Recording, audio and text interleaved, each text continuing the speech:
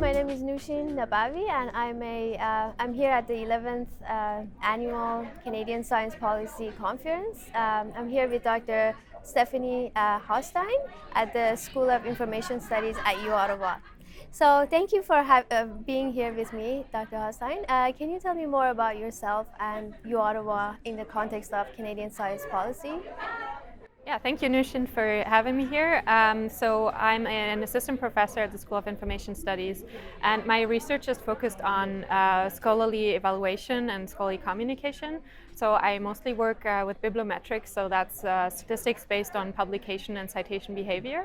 And that's directly related to policy because studies that me and my colleagues do are used for making decisions in terms of funding, and looking at the research landscape, so how different fields look like, how they communicate, what researchers are outstanding, what kind of teams work together, international collaboration, and so on. So it's kind of used as, these studies are used as evidence-based to make decisions regarding funding, for example, but also for the development of future research areas or future funds.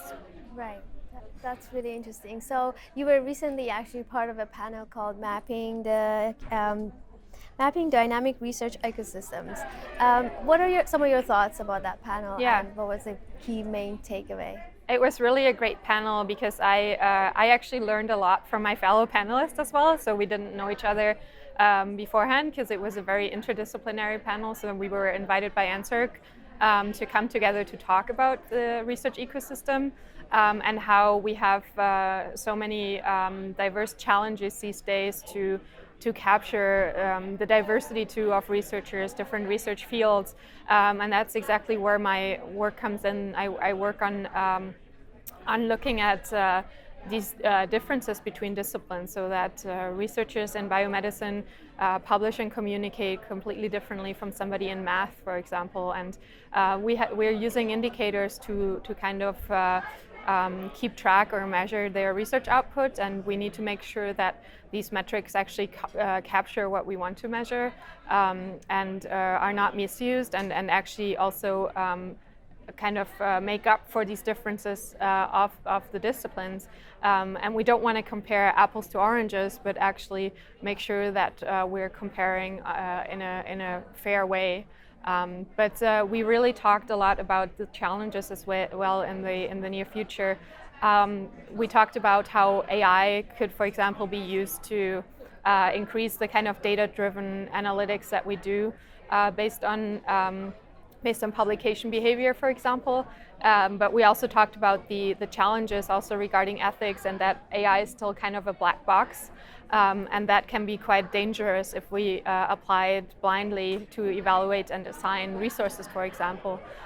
So that was very interesting, and we really had a great emphasis also that we need to educate people that use those metrics, and this is one of my new research programs where I look at what I call research metrics literacy, so really educating researchers who are all subjected to quantitative evaluation studies to teach them how to use and not use certain indicators, because that has really not been done, and this really also applies to policy, because a lot of policymakers use indicators and they're not always very suitable. So I want to educate people about, for example, indicators like the H index that is used so frequently, is so popular, but has actually been largely debunked to be really not a valuable indicator, because it doesn't behave in a certain way that indicators should behave.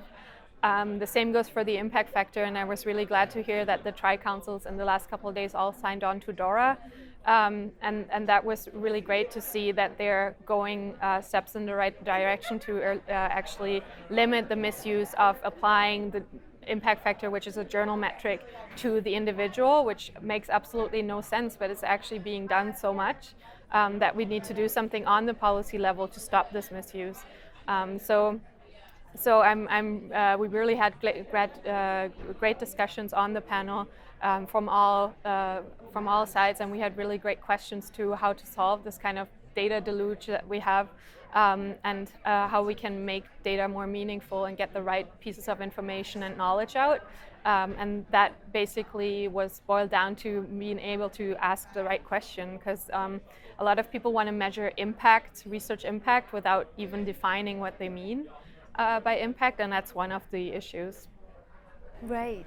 That's really interesting, and especially your emphasis on data metrics literacy is really great, because not those necessarily who are in the university, but who are outside and are looking into what the universities are doing. And I'm actually trying to approach this from quite a different angle, at least.